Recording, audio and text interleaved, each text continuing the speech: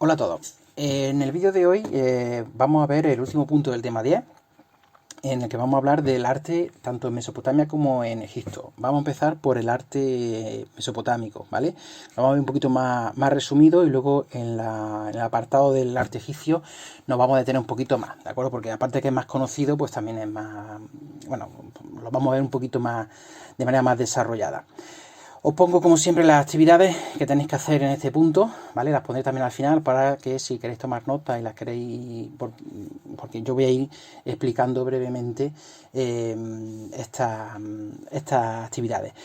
Es cierto que luego también lo podéis encontrar en el libro, salvo los tres primeros conceptos, que la primera actividad, que son definir unos conceptos que yo lo voy a comentar, pero bueno, si no vienen definidos tal cual en el libro, tendríais que buscarlo en todo caso en un diccionario por internet, ¿vale? Tendríamos una pregunta de definición de conceptos, que significa arquitectura, escultura y pintura, que es por donde vamos a empezar. Y luego hacer un par de esquemas, uno con las principales características del arte mesopotámico. Para eso podéis guiaros con la información que viene en un recuadro pequeñito que hay en la página 181 de vuestro libro. Y luego hacer también un esquema con las principales características del arte egipcio, ¿vale? Que para eso podéis guiaros por la información que aparece en dos cuadros que hay en la página 188 y en la página 189, ¿vale? De todas maneras yo también la voy a ir comentando. Y por último, que es bastante importante, pues enumerar y explicar los tres tipos de tumbas egipcias que hay, ¿vale? Hay tres tipos de tumbas en Egipto, ¿vale? Pues decís el nombre de las tres que hay, de los tres tipos, y en qué consiste cada uno, ¿vale? Vamos a ver, antes de empezar a hablar del arte mesopotámico en sí, es importante que tengamos en cuenta una cosa, una cuestión meramente conceptual. Vamos a ver, cuando hablamos de arte, y esto va a servir ya no solo para este curso en primero, sino para segundo de la ESO y en adelante, ¿vale? Cada vez que haya algún tema que tenga un apartado de arte, fundamentalmente se habla de tres tipos de arte. No son los únicos, existen más. Pero en historia del arte, sobre todo, trabajamos en sociales, en nuestra asignatura, trabajamos estos tres: arquitectura, escultura y pintura. Como digo, no son los únicos, ¿vale? Para nosotros son los más importantes. Existen más tipos de arte. También, por ejemplo, existe la música, existe la poesía, la literatura, incluso el cine se puede considerar como un arte, ¿vale? Pero nosotros nos centramos siempre en estos tres: la arquitectura, la escultura y pintura. La arquitectura entendida como aquel arte consistente en la planificación, el diseño y la construcción de edificios, sean del tipo que sean, ¿vale? Bueno, la arquitectura es desde hacer una casa hasta hacer el más bello de los palacios, ¿vale? E independientemente también de la época, estamos hablando del concepto general, ¿vale? La escultura sería el arte encargado de realizar figuras en tres dimensiones, ¿vale? Ya sea el material que sea, trabajando algún material, ya sea, por ejemplo, madera, sea bronce, sea barro incluso, ¿vale? O sea, mármol. Nosotros en este tema, sobre todo, el material que más se utiliza es la piedra, ¿vale? En otros artes posteriores como el griego y el romano también se utilizan el bronce, se utilizan el mármol y otros, ¿vale? Y por último, la pintura sería el arte que se encarga de aplicar pigmentos sobre una superficie. Pigmento, sea el que sea, pues por ejemplo, desde simplemente acuarelas, témperas, óleo, por ejemplo, temple, sobre una superficie, también sea la que sea, puede ser una pared, puede ser sobre madera, puede ser sobre un lienzo, puede ser sobre piedra, da exactamente igual, ¿de acuerdo? Es verdad que dependiendo del tipo de arte, dependiendo de la época, pues va a primar una técnica u otra, ¿vale? No es lo mismo el arte que vamos a ver en este tema que, por ejemplo, el arte que se verá luego en Grecia, o por ejemplo, el arte que veáis el año que viene, el arte medieval o el arte del Renacimiento, que son artes que vais a ver en otros cursos, en concreto en segundo, que utilizan técnicas distintas, pero la definición nos vale tanto de arquitectura, escultura y pintura, nos vale para cualquier época, sea arte más que nos guste más, que nos guste menos, que nos resulte más espectacular, menos espectacular, más bonito, más feo, ¿vale? Centrándonos ya en el arte, como he dicho, vamos a comentar mesopotámico primero y posteriormente egipcio, ¿vale? Por separado, para así no mezclarlo y no hacernos un lío, para que sobre todo lo que me interesa es que sepamos identificar cómo es el arte mesopotámico y cómo es el arte egipcio. Realmente es bastante sencillo. Primero, en el aspecto de la arquitectura, bueno, cabe decir que en Mesopotamia me voy a centrar sobre todo porque es la más importante y prácticamente no queda nada de pintura, en arquitectura y escultura solo. En el caso del arte egipcio sí hablaré de arquitectura, escultura y pintura también, ¿de acuerdo? En el caso de la arquitectura mesopotámica, ¿cuáles son sus características principales? Pues las que os pongo aquí. Primero, ¿qué tipo de material se utiliza? Ocurre una cosa en Mesopotamia, que no hay prácticamente piedra, hay muy pocas canteras, entonces, y hay mucha abundancia de arena y se puede hacer muy fácilmente ladrillo. ¿Acordáis que en su momento también un vídeo anterior lo comentamos? Entonces los materiales son materiales, además se les define como materiales pobres porque son muy fáciles y muy poco costosos el hacerlo. Se hace esos edificios fundamentalmente de adobe y de ladrillo, ¿vale? Se pueden hacer auténticas barbaridades con este material, pero son materiales, como digo, muy sencillitos y muy pobres. Eso sería la primera característica, que es el material que ellos utilizan fundamentalmente, ¿vale? El ladrillo, hecho con barro, muy abundante en la zona. Otro elemento que es muy importante, y esto sí es verdad que os tiene que quedar muy claro y recordarlo pues para siempre, en Mesopotamia es donde se inventó el arco. Ahora después vamos a explicar este elemento, ¿vale? El arco y la bóveda, ¿vale? Que son formas de cubrir espacio.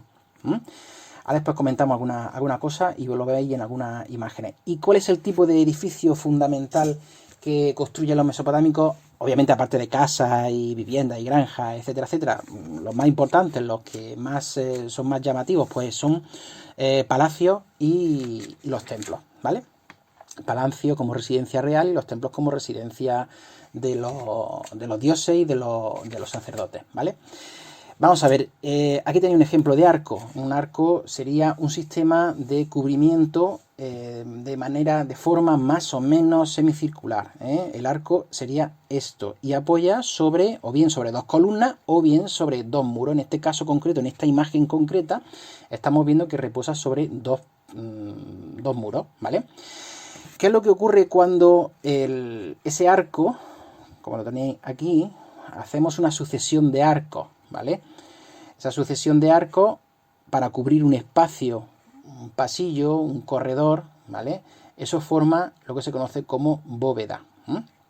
El tipo de arco que utilizan los mesopotámicos, el que inventan, que como digo son los primeros en utilizar este sistema de cubrimiento de espacios, es un arco el más sencillo, el arco de medio punto, que sería este. Medio punto porque es semicircular.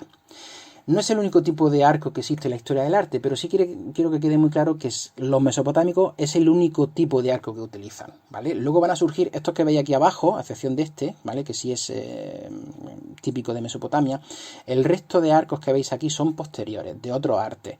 Conforme vayamos avanzando en la historia, el año que viene, cuando veáis el arte románico, cuando veáis el arte gótico, el arte del Renacimiento, etcétera, etcétera, vais a ver que el arte islámico también, vais a ver que surgen distintos tipos de arcos. Pero el primero, el más básico, el más sencillo y el que primero surge en la historia del arte es el arco de medio punto que lo inventan los mesopotámicos. Existe un fallo que muchas veces cometemos. ¿Por qué? Porque este tipo de arco los romanos lo van a utilizar muchísimo. Entonces, los griegos no utilizaban arcos, ¿vale? Los griegos siempre cubrían los espacios con techos planos, ¿eh? Eso después en Egipto ocurría también. Los egipcios tampoco utilizan el arco, utilizan otro tipo de estructura de cubrimiento que se llama de otra manera, que ya lo explicaremos, ¿vale? Los romanos, como digo, lo utilizan mucho. Entonces, suele cometerse el fallo de pensar que fueron los romanos los que inventaron este tipo de forma de cubrir los espacios, ¿vale? Pero en realidad fue un invento muy anterior, que pues, prácticamente 2000 años antes de los romanos ya se estaba utilizando en Mesopotamia, ¿vale? Entonces eso sí es un concepto que quiero que quede muy claro, que el arco, los que lo inventaron fueron los mesopotámicos y luego fue copiado por los romanos. Como digo, los griegos no utilizaban este tipo de estructura. Básicamente el arco, como podemos ver, aquí os lo explico, lo que hace es distribuir el peso del techo, ¿vale? Lo distribuye en los laterales, o bien en columnas, o bien en pilares, o bien en muros, ¿vale? Una forma de sostener esos techos que son pesados porque están hechos en ladrillo, aunque el ladrillo es verdad que pesa menos que la piedra maciza, pero sigue siendo un peso considerable, no son techos de madera, la madera pesa mucho menos. Entonces se necesita esta estructura que permite hacer espacios bastante grandes, ¿de acuerdo? Más que un techo plano. Aquí os pongo un ejemplo, es muy espectacular, es verdad que mucho más tardío, porque estamos hablando de que este arco, el arco de Ctesifonte, que es una antigua ciudad que está situada en Mesopotamia en la actualidad, un poquito al norte de Bagdad, la actual capital de Irak.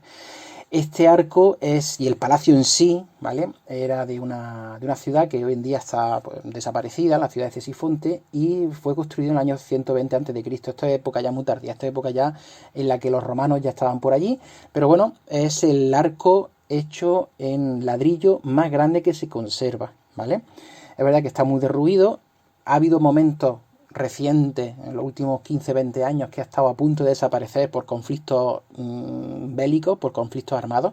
Afortunadamente todavía se conserva algo, entonces esta es una pequeña joya que se conserva y es el arco más grande, pero como digo, este es muy posterior, ¿vale? Los arcos primeros que hacían en Mesopotamia eran mucho más pequeñitos, más parecidos a estos que os señalo aquí a la izquierda, ¿vale? Más que a esta barbaridad, que se piensa que podría ser el lugar de acceso al Salón del Trono, o incluso que el trono real podría estar justo aquí debajo de este arco, ¿vale?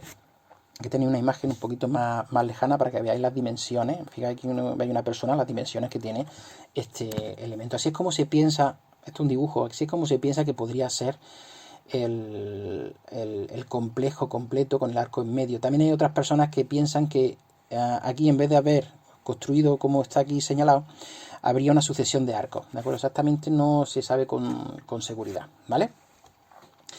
Otros ejemplos del uso del arco lo tenemos, por ejemplo, en una reconstrucción. Esta es una reconstrucción de la puerta de Istar en Babilonia. Recordad que Babilonia es una ciudad bastante importante de la Mesopotamia media, ¿vale? Que incluso va a crear un imperio posterior a la época sumeria, ¿vale?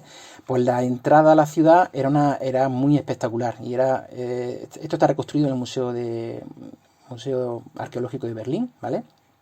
Y en este caso concreto, esto no es ladrillo, sí es ladrillo, pero está recubierto de cerámica, ¿vale? Porque eso sí lo hacían mucho también en Mesopotamia, eso después lo vamos a comentar. Una manera de decorar que tenían ellos era cubrir ese material que es tan pobre, que es tan monótono, que es el ladrillo, ¿de acuerdo? Cubrirlo con teselas, con cerámica, para que fuera más bonito, ¿vale? Pasaríamos a la escultura. Después comentaremos algo más también de esta puerta que he comentado, ¿vale? La escultura, que ya he definido lo que es, ¿vale? En el caso de la escultura mesopotámica suelen ser figuras que representan o bien a los reyes, ¿vale? O a los sumos sacerdotes, o bien a los dioses. Normalmente no encontramos esculturas de simples personas, ¿vale? Son de personas importantes, ¿eh? Y esto también me sirve para explicaros dos conceptos que igualmente os puede servir para cualquier época de la historia del arte, en escultura, ¿vale? Porque normalmente hablamos siempre de dos tipos de escultura. Por un lado, los relieves, ¿de acuerdo? Y por otro lado, las estatuas, o también conocidas como escultura de bulto redondo, ¿eh? ¿Cuál es la diferencia? El relieve está adosado a un muro, es como si saliera de la pared, ¿vale? Saldría más o menos, estaría más o menos salido, pero que está adosado a una pared, ¿vale? Es decir, no lo podemos ver por detrás. Después os pondré un ejemplo, vais a entender, es muy fácil. Y la estatua es una escultura, pero que sí realmente se puede rodear, está separada, está exenta, ¿de acuerdo? Por eso se llama de bulto redondo, porque es como si le pudiéramos dar una vuelta alrededor de la estatua, porque no está pegada a ninguna pared, ¿vale? En el caso de los relieves, también a su vez lo solemos dividir en varias categorías. Bajo relieve, alto o medio relieve. ¿De qué depende que sea de una manera o de otra? Pues depende de lo salido que esté de la pared. Es decir, el relieve que prácticamente no sobresale nada de la pared, es decir, tú lo tocas y parece ser, sobresale muy, muy, muy poquito, eso sería un bajo relieve. El que sale aproximadamente de lo que es la mitad de la figura que representa sería medio relieve, y ya el que está simplemente un poquito pegado a la pared, ¿vale? Prácticamente está casi separado del todo, sería un alto relieve. Ahora vamos a ver algún ejemplo, ¿vale? También, como he comentado antes, los mesopotámicos, claro, ellos utilizaban ese ladrillo, que es ese material, el ladrillo, que es un material muy monótono, muy feo, no nos vamos a engañar, estéticamente no es bonito. Entonces, para que llamara más la atención y para que quedara más vistoso y más espectacular también, pues en muchas ocasiones se cubría esos edificios, lo más importante, obviamente, palacios y templos, se cubría algunas zonas de cerámica, ¿de acuerdo? Formando esos mosaicos que luego los romanos también lo van a utilizar bastante, ¿eh? Fijaros, aquí incluso nos cuesta verlo un poco. Estas son imágenes, son fotografías tomadas de uno de los lugares donde se pueden ver de los mejores ejemplos de arte mesopotámico, que es el Museo Británico. El Museo Británico ya estuvimos hablando en su momento porque es el lugar donde se conserva la piedra de Rosetta, que es la que se utilizó para descifrar la escritura egipcia, y también las imágenes que os puse en el vídeo anterior de las momias están también sacadas de ahí. Pues hay una zona que está dedicada en exclusiva a arte mesopotámico y se conservan relieves. Estos son relieves auténticos que se extrajeron, se encontraron en yacimientos arqueológicos, se llevaron al Museo Británico. Están ahora mismo en Londres, ¿vale? Aquí, como podéis observar, esto es la famosa, esto es un relieve, es la famosa leona herida, ¿eh? Fijaros aquí que se ve, nos cuesta un poquito verlo. ¿Por qué nos cuesta? Porque en este caso bajo relieve. Esto si lo pudiéramos tocar, esto realmente sobresale. Parece que está pintado, pero sobresale de la pared, ¿vale? Por eso se le conoce como bajo relieve, ¿eh? Aquí tenemos otro ejemplo. Normalmente los mesopotámicos en esos relieves suelen aparecer muchas escenas de caza. Aparecen los reyes cazando, desfiles militares, aparecen soldados, ¿eh? Como podéis observar, si os dais cuenta, sobresale un poquito más. Sigue siendo bajo relieve, ¿vale? Pero sobresale un poquito más que el anterior, ¿de acuerdo? Fijaros cómo aquí se ve perfectamente la figura, qué nivel de detalle, la musculatura, incluso las venas, ¿de acuerdo? Todo esto está tallado, está pulido directamente en la pared. No es que lo hayan hecho, lo hayan pegado a la pared. Esto está directamente rebajado en la pared. Sería para decorar. Aquí tenéis otro también bajo relieve. Este también nos cuesta un poquito verlo más, ¿vale? Esto también serían esculturas, también serían relieves, son distintas, son mucho más grandes, ¿de acuerdo? Para que hagáis una idea, una persona, esto también está en el Museo Británico, ¿vale? Estos son los famosos toros asirios alados, ¿eh? Esto estaba en la entrada del palacio de Nínive, del imperio asirio. Asirio, que no sé si os acordáis, era una de las etapas de la historia mesopotámica, que fue muy importante porque tuvo un dominio militar, pues prácticamente que llegó hasta Egipto incluso, ¿verdad? Pues ese poderío militar pues lo ejemplifican también en el Palacio Real, ¿no? Entonces esto es lo que daba la bienvenida al visitante, ¿no? Y además impresiona bastante porque, para que hagáis una idea, una persona de estatura normal pues llega más o menos aquí donde estoy señalando yo con el cursor. Y como a modo de curiosidad, si os dais cuenta, son toros, son como esfinges, porque tienen cabeza humana y cuerpo de animal. Si podéis observar, incluso está tallado muy levemente lo que serían las alas. Y a modo de curiosidad, si os fijáis en esta parte de aquí, ¿vale? Esto de representar los rostros masculinos con estas barbas abundantes, muy típico del arte mesopotámico, ¿eh? Aquí veis un detalle, porque esta escultura, estas dos esculturas están hechas o bien para mirarlas de frente o bien para mirarlas de lado, así en 3/4 como está esta, ¿no? Porque si observáis, si se mira de frente, se ven las dos patas. Y si se mira de lado, ahora vamos a ver aquí otra imagen, si se mira de lado, como podéis observar en esta, ¿vale? Se verían las dos patas. Pero si lo miras en 3/4 como está aquí la anterior, ¿vale? Veríais este truco que utiliza el escultor para que se vea de frente las dos patas una al lado de otra, y si tú lo ves de lado, veas como si el toro está en posición de echar a andar, ¿vale? Como digo, para ver esto, aquí lo veis, podéis observar el detalle. Para ver esta escultura hay que ir al Museo Británico, que está en Londres. Hemos comentado también que un recurso que se utiliza mucho en Mesopotamia en todas sus épocas, sobre todo en el arte babilónico, en el arte asirio, luego posteriormente el arte persa, que es mucho más reciente, es cubrir ese material tan monótono que es el ladrillo, cubrirlo con cerámica de colores muy vivos para que sean muy atrayentes. Se han conservado algunas, ¿de acuerdo? Como podéis observar, están obviamente bastante deterioradas, pero bueno, nos deja una idea de lo bonito y de lo estético que podía llegar a ser estas construcciones, ¿vale? Como siempre suelen ser, si os dais cuenta, los motivos y los temas se repiten. Animales, ejército, ¿vale? Esto es persa, esto es más reciente, mesopotámico, pero es persa. Y son soldados, sería concretamente la Guardia Real del Emperador. Aquí veis también otro detalle, ¿de acuerdo? De esa cerámica que cubre paredes de ladrillo, ¿vale?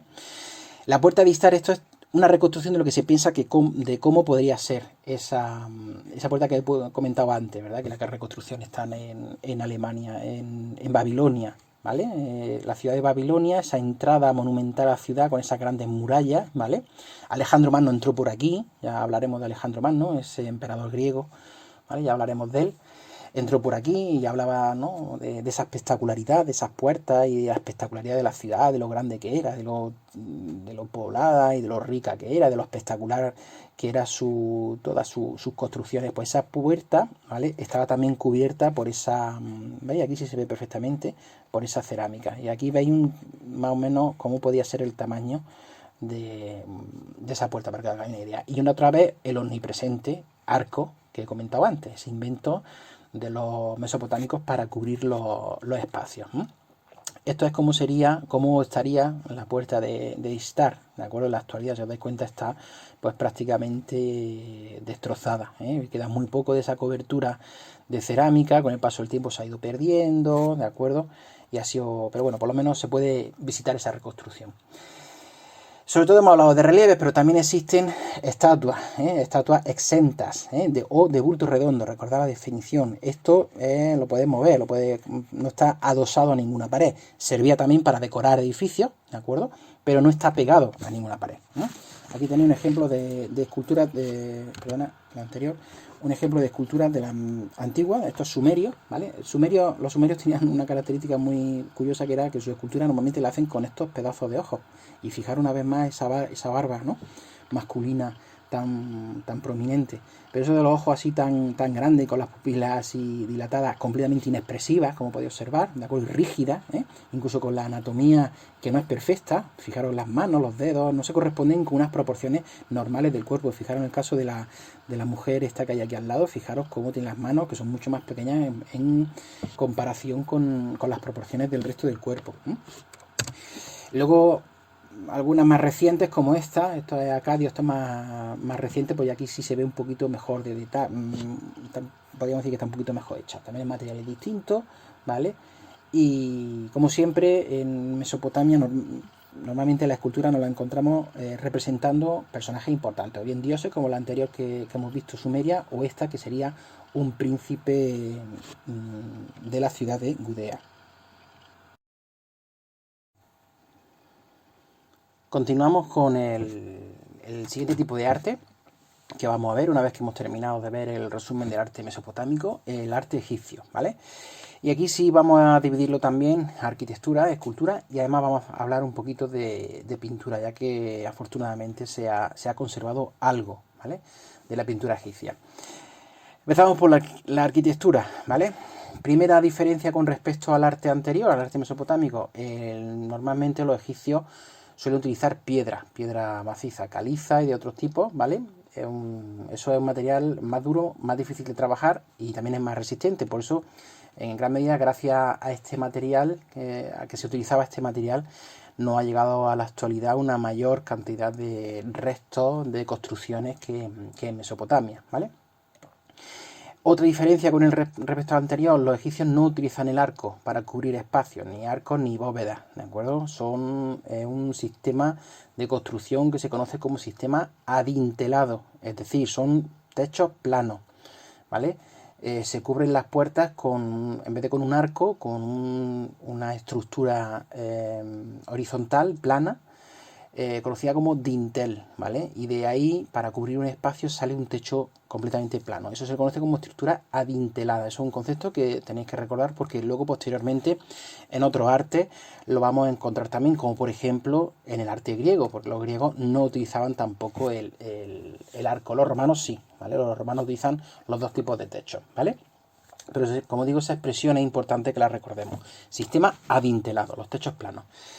Y esos dinteles descansan en columnas, ¿vale? Los egipcios utilizan mucho la columna y normalmente aprovechan esa necesidad, ¿no?, de soportar el peso para hacer columnas decorativas también, aparte de esa función estructural, con formas de plantas, como ya veremos algunos ejemplos.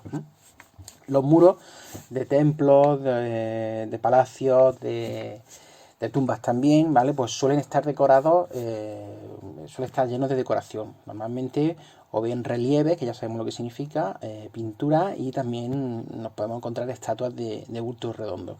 Al igual que ocurría con la arquitectura mesopotámica, el edificio más importante suelen ser templos, palacios, y en el caso de los egipcios y su especial atención con el más allá, con la muerte. Recordemos que eso ya hemos estado hablando cuando hablamos de la religión egipcia en un vídeo anterior.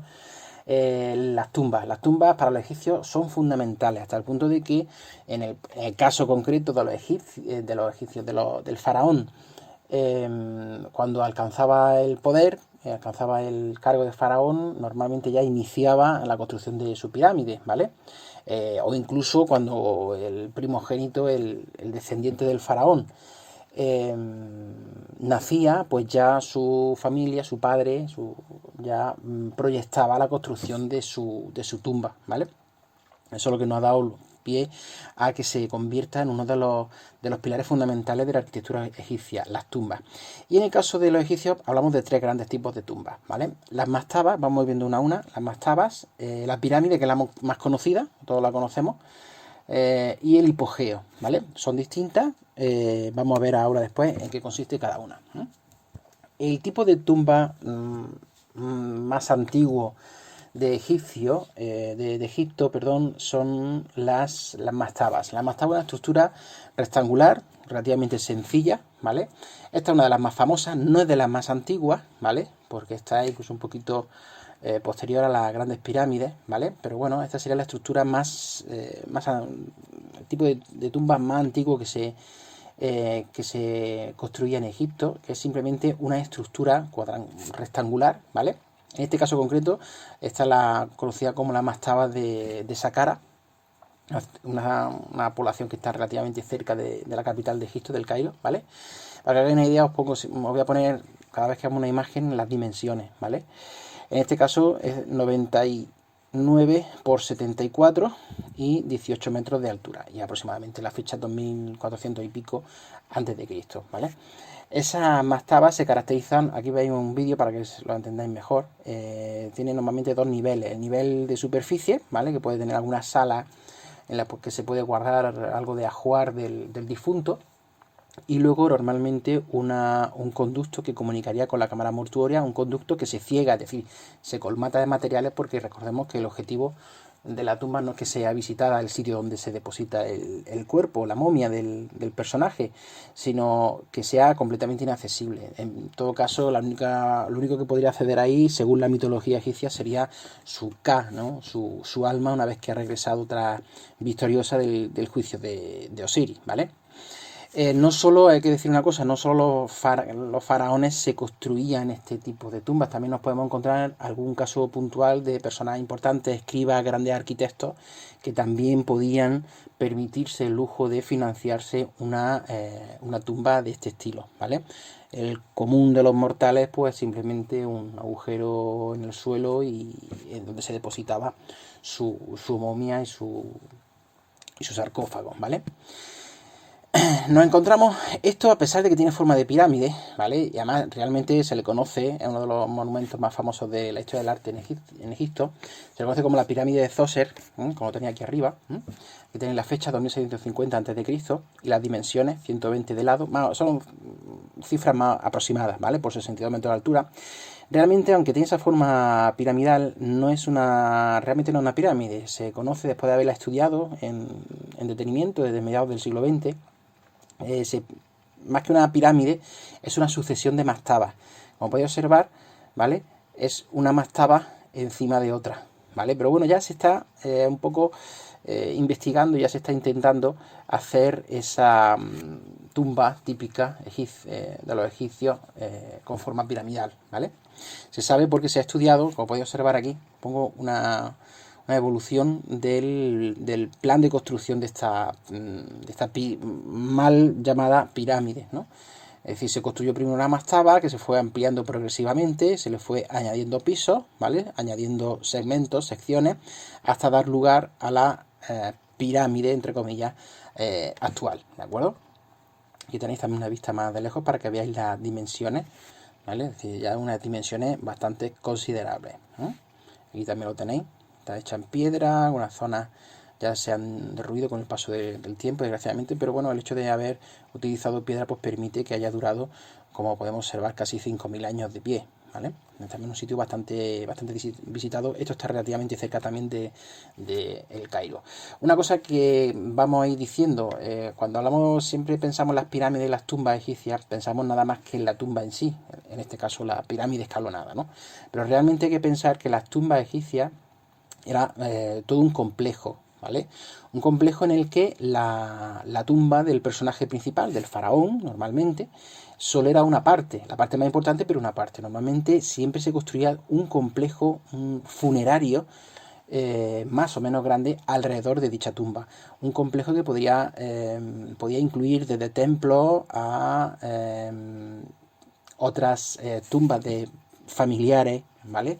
Personas allegadas al personaje que se entierra, y como vamos a ver en el caso de las pirámides, incluso pues con lagos artificiales, ¿vale? Para escenificar el viaje de la persona, del faraón, al mundo de los muertos, ¿vale?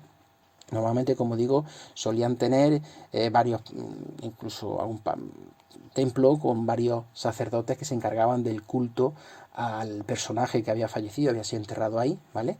Y se encargaban de recaudar los impuestos necesarios para el mantenimiento de la tumba y de todo el complejo. Lo que pasa es que desgraciadamente esas estructuras que solían ser menos resistentes, pues muchas de ellas han desaparecido, ¿no? Solo se conocen gracias a las excavaciones arqueológicas. Otro ejemplo de pirámide, aunque esto, como podemos observar, parece que poca forma de pirámide tiene, ¿vale? Es la conocida como la pirámide de Meidún, ¿vale? La pirámide de Meidún, el siguiente tipo de pirámide que se le conoce como la pirámide romboidal y la famosa pirámide roja, ¿vale? Fueron construidas, se piensa, bajo el reinado del mismo faraón, el faraón Snefru, ¿vale? Y es curioso porque en torno a esta pirámide que tenemos aquí, ¿vale? Hay distintas teorías, ¿no? Siglo XXVII a.C., está hablando del 2700 años antes de Cristo. Fijaros la cantidad de tiempo que lleva esto construido. Y son unas dimensiones bastante importantes. Es verdad que las dimensiones actuales son un poquito más pequeñas porque originariamente la pirámide tenía que ser un poco más grande. Os explico, fijaros. En realidad esta pirámide, lo que se conserva en la actualidad solo es el interior, el armazón, podríamos decir, porque el recubrimiento exterior se ha perdido, se ha desmoronado. En este aspecto existen dos teorías. La primera, que dice que esto fue un intento de hacer una pirámide perfecta, o con su forma piramidal, ¿de acuerdo? Ya no una pirámide escalonada como la que hemos visto antes, sino ya con las caras lisas, una pirámide perfecta, pero que en su construcción se encontraron distintos fallos, distintas anomalías y no se llegó a terminar, ¿vale? Entonces se intentó hacer otra pirámide, que es la siguiente que vamos a ver, que es la que se conoce como la pirámide romboidal. Y luego existe otra teoría, que es la que yo soy partidario, que realmente sí se llegó a construir, pero que se derrumbó con el paso del tiempo, ¿vale? Seguramente en época esto del periodo del Imperio Antiguo, en la parte más antigua, ¿no? de toda la historia de Egipto. Y seguramente en torno al Imperio Nuevo ya empezará a derrumbarse por prácticamente su totalidad, dejando solo el material más resistente, que era ese armazón. Aquí tenéis otra vista, para que nos hagamos una idea, ¿vale?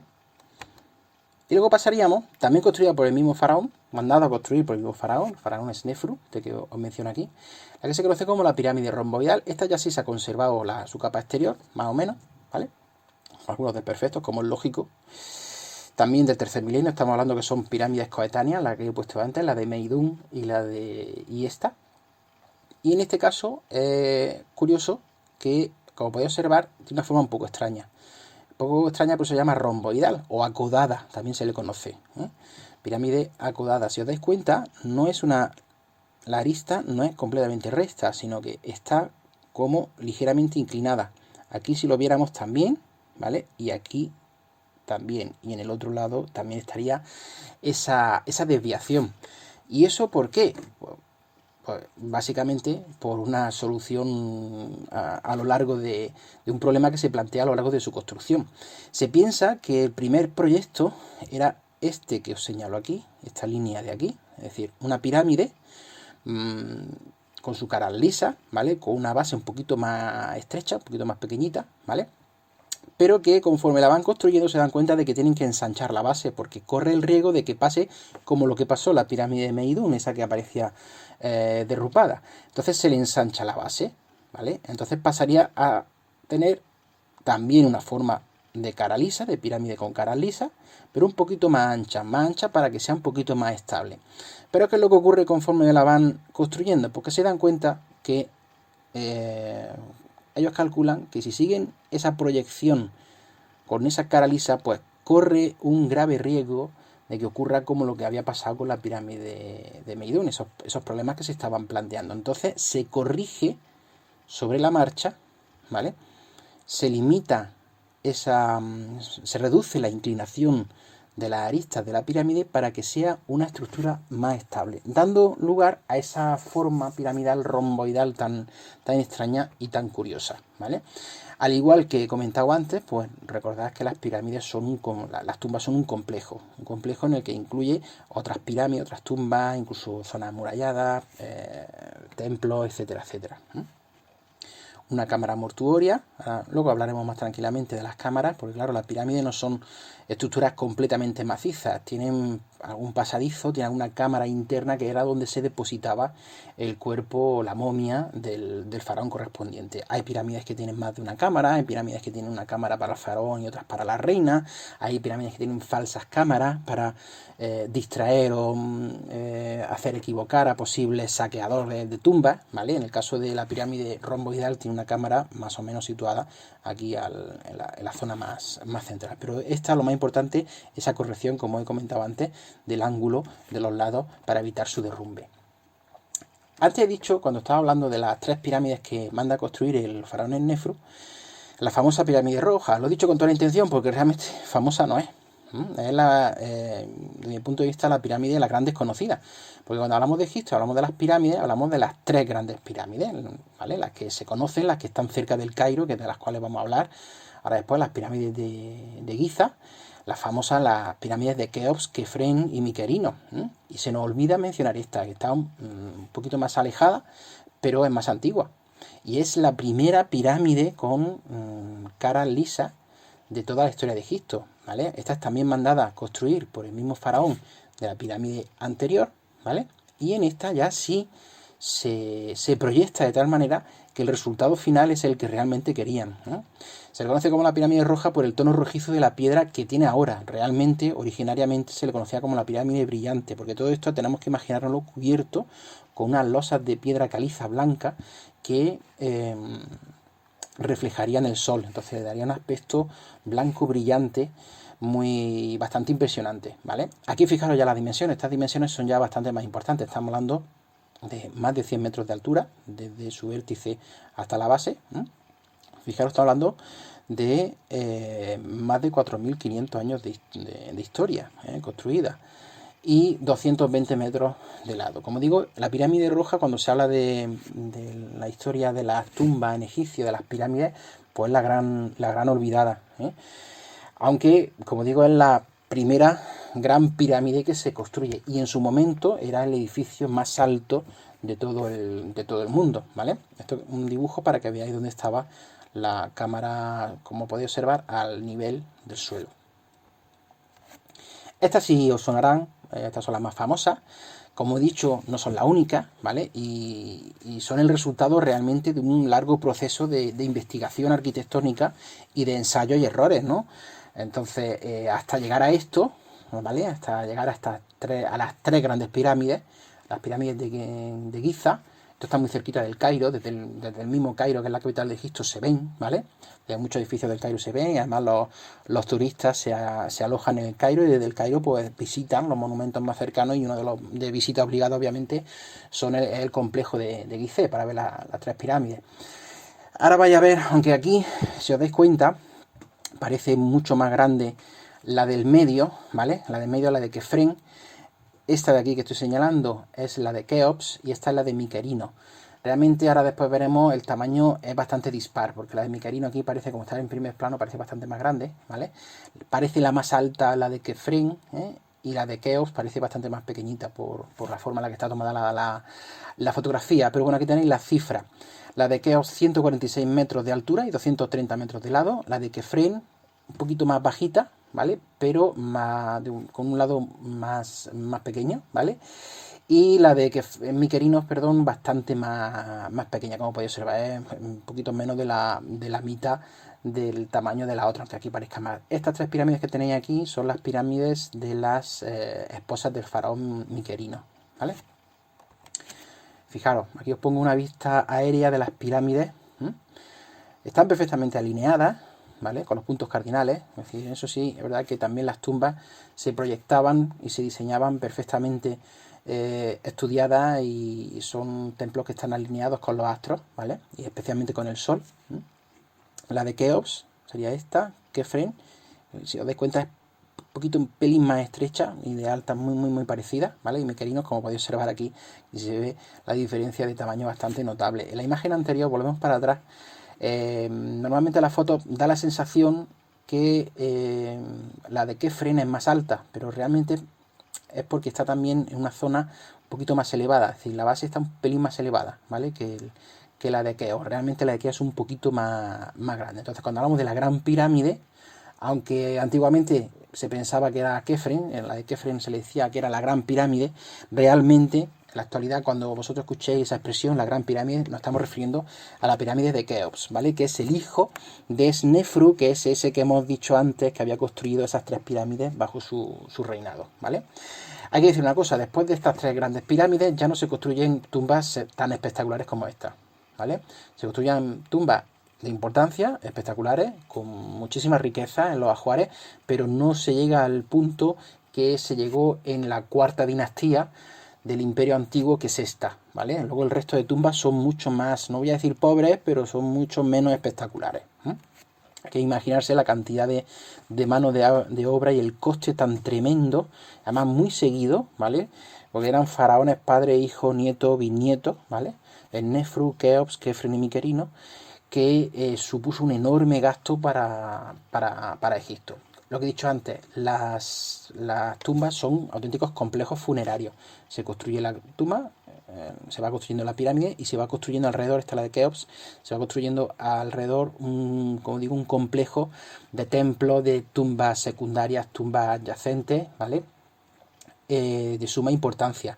Incluso en el caso de las pirámides, también se sabe que se construyó unos embarcaderos artificiales para simular con barcos, cuando se murió el faraón correspondiente, para simular ese viaje en la barca al mundo de los muertos. Se construye incluso, como digo, un embarcadero conectado con el Nilo, con una serie de acequias y canales, para que estuviera lleno de agua y poder hacer esa escenificación, ¿vale? Durante el funeral del rey, del faraón. Esto es una reconstrucción ideal de lo que podría ser la pirámide, en este caso la de Kephren, ¿vale? Hay que pensar que la de Keops, perdón, originariamente estaba cubierta, al igual que, como he dicho antes, la pirámide roja, estaba cubierta por caliza blanca que reflejaría los rayos del sol. Esta puntita que veis aquí, que está así dorado brillante, ¿vale? Eso se llama el piramidión. Normalmente las pirámides en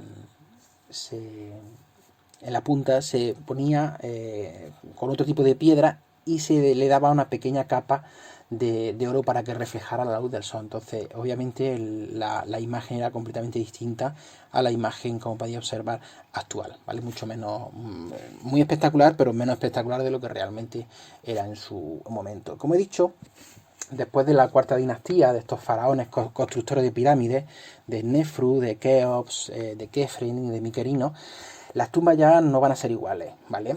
Se escoge otro tipo de tumba, que es el tercer tipo de tumba. Hemos visto hasta ahora la mastaba, la pirámide, y sobre todo en el Imperio Medio y el Imperio Nuevo empiezan a usarse los hipogeos. Los hipogeos son estructuras subterráneas, ¿de acuerdo? Es decir, se les excava en la piedra, se hacen salas, se hacen pasillos, y se hacen cámaras mortuorias y ahí se depositan los restos del faraón. Son tumbas más modestas, siguen siendo bastante espectaculares y bastante ricas porque, por ejemplo, como después veremos, la tumba de Tutankamón es de este estilo, ¿vale? Cerca de Giza tenemos también el Valle de los Reyes, ¿vale? Que esta es una de las zonas más visitadas del actual Egipto, que se encontraron, fijaros, la enorme cantidad de tumbas de faraones. Sobre todo esta es del Imperio Nuevo, de la tercera fase, de la tercera gran fase de la historia egipcia. Los hipogeos, como podéis observar, son excavaciones en la roca dura. Se abren una serie de salas subterráneas conectadas entre sí por distintos pasillos, por escaleras, decoradas profusamente con pintura, algunas estatuas, y en la que se depositaría el sarcófago del faraón. Esto sería una reconstrucción, un dibujo ideal de lo que es de lo que era la tumba, el hipogeo de Tutankamón, que, como dije ya en su momento en un vídeo anterior, no es de los faraones más importantes de la historia egipcia, realmente un faraón de poco peso, pero es muy famoso y muy importante para la historia del arte porque su tumba pues, prácticamente ha llegado intacta a la actualidad. Entonces nos da muchísima información, ¿vale? Pero como podéis observar, relativamente modesta en comparación con lo que fue, por ejemplo, las grandes pirámides que hemos comentado, ¿vale? Una foto de una de las salas, de esta concretamente, esta que os estoy señalando, del hipogeo de Tutankamón. Hay que recordar, ya lo pongo aquí, fijaros a modo de resumen, los tres tipos de tumbas. La mastaba, ¿vale? No, aquí solo salen dos, perdona. La mastaba, la pirámide escalonada y la pirámide tal, y habría que añadir el hipogeo. Hay que recordar que uno de los objetivos de la tumba es salvaguardar la momia de la persona que está enterrada. Entonces se suelen enterrar en zonas muy inaccesibles y, por supuesto, siempre buscando la manera de que una vez cerrada la tumba nadie pueda acceder, ¿vale? En el caso de la gran pirámide de Keops, desgraciadamente ha sido saqueada. No sabemos ni cuándo ni por quién, ¿vale? Pero lo que sí es verdad es que cuando se descubrió en el siglo XIX la entrada y se pudo entrar después de varios miles de años, ¿no? O algunos siglos al menos, porque claro, no sabemos cuándo se saqueó esta pirámide. Cuando se llegó a la cámara del faraón, que es esta, y este es el sarcófago del faraón Keops, pues se encontró vacío, ¿vale? Y desgraciadamente, si Tutankamón hemos dicho que era un faraón muy poco importante y la riqueza acumulada era bastante espectacular, pues habría que imaginarse el ajuar que tuvo que tener, por ejemplo, el faraón Keops. Esta es el pasillo de acceso a la sala mortuoria de la Gran Pirámide. Las barandillas son actuales, esto es porque, claro, por aquí pasan muchísimos turistas y es una estructura que se ha puesto actual para que ayude a la gente. Esto obviamente no estaba pensado para que lo visitara nadie, ¿vale? Pasaríamos, una vez visto la arquitectura, aunque ahora después veremos alguna imagen de algún templo, ¿vale? Nos hemos centrado sobre todo en las tumbas, que es lo más importante. Pasamos a ver un poquito rápidamente escultura y pintura, las otras dos grandes artes, ¿vale? La escultura y pintura en Egipto, y al igual que en otras artes posteriores, son consideradas accesorios decorativos de la arquitectura, ¿vale? Es decir, el más importante arte en Egipto y en otras etapas posteriores es la arquitectura. La escultura y la pintura, como digo, se utiliza para decorar edificios, ¿vale? Es cierto que luego en otros artes mucho más recientes la escultura y la pintura ya adquiere una categoría de arte individual, no como de simple decoración, simplemente para decorar paredes o decorar edificios, decorar templos, decorar tumbas, ¿vale? Pero en el caso de Egipto sigue teniendo ese matiz accesorio, ¿vale? Como os pongo aquí, sirve para decorar los edificios. Hay, igual que pasaba con Mesopotamia, relieve y estatuas, es decir, esculturas de bulto redondo. Y tanto en escultura como en pintura nos encontramos, es muy curioso, nos encontramos con que los modelos, las personas que aparecen representadas, personas o dioses, ¿vale? Porque normalmente son de temática religiosa, tanto la escultura como la pintura, normalmente, no quiere decir que no haya otras temáticas, son imágenes muy rígidas, es decir, no demuestran movimiento, es decir, son como si estuvieran pintando a una persona que está posando y está como rígida, está tensa, ¿vale? Son esculturas también, como ahora después veremos, escultura y pintura sin ningún tipo de no demuestran sentimientos, es decir, tienen la mirada completamente perdida, son hieráticas, se le dice la expresión que solemos utilizar en historia del arte.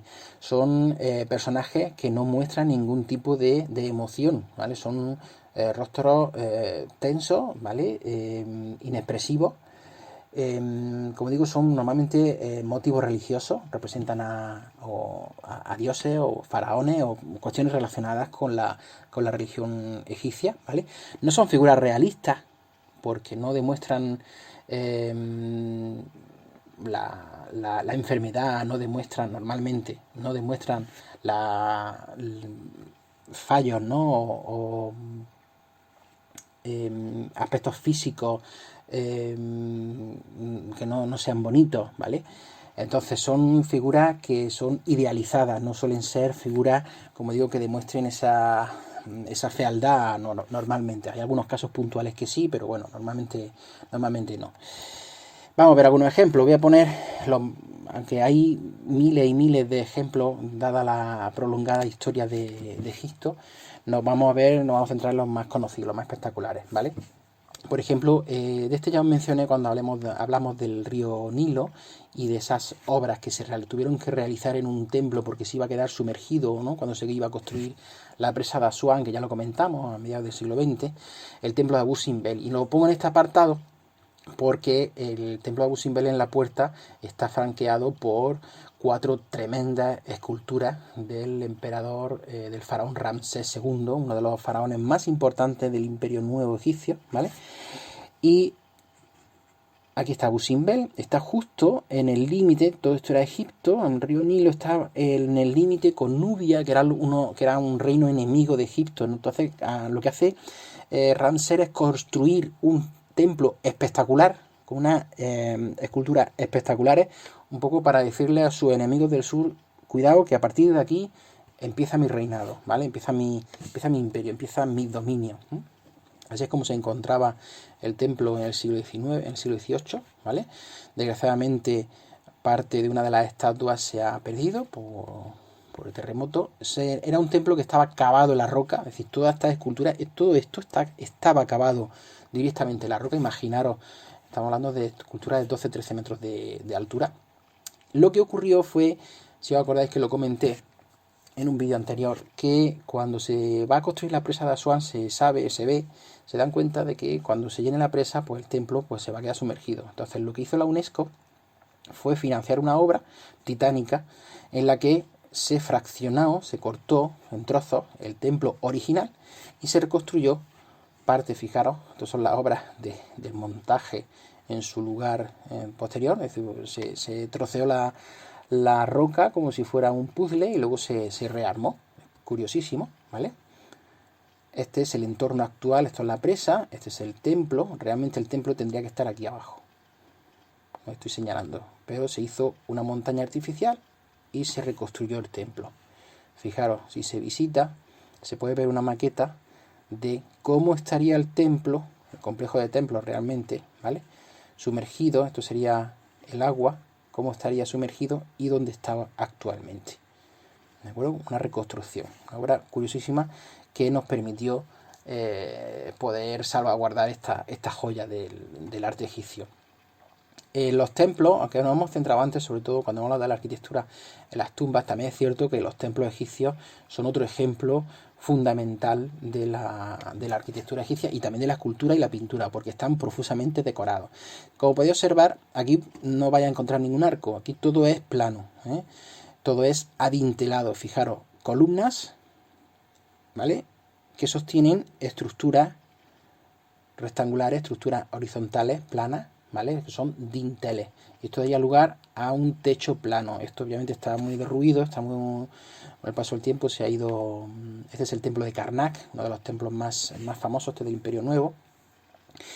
Y uno de los lugares más visitados para conocer escultura. Esto es la avenida de entrada. Como podemos observar, en esta anterior no se ve, eso estaría aquí. Cuando quieres entrar al templo te encuentras con la avenida de los Carneros, que es esta escultura, ¿vale? Otro ejemplo de escultura, los colosos de Memnón, ¿vale?, que Actualmente están prácticamente aislados, pero se sabe que darían entrada a un complejo de templos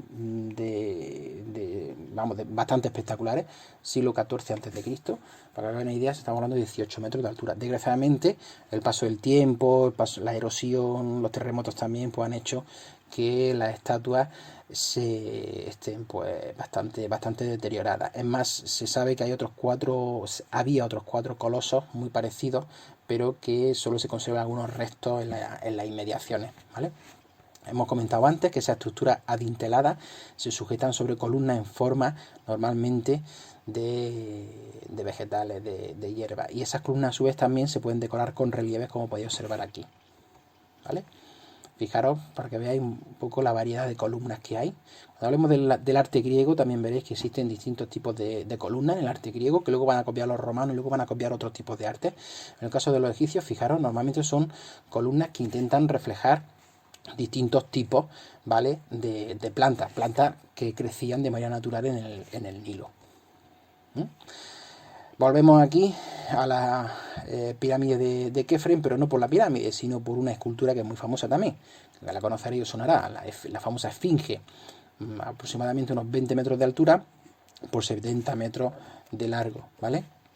Se piensa que esta esfinge se construyó al mismo tiempo que la pirámide de Kefren, y la teoría tradicional es que es una representación del propio faraón, ¿vale?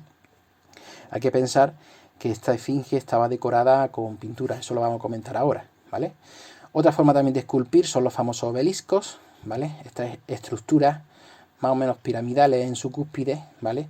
Que un poco eran monumentos, ¿vale? Para ensalzar algún tipo de acto de victoria del faraón, ¿vale? Hay en arte más reciente se ha copiado estos tipos de construcciones, ¿de acuerdo?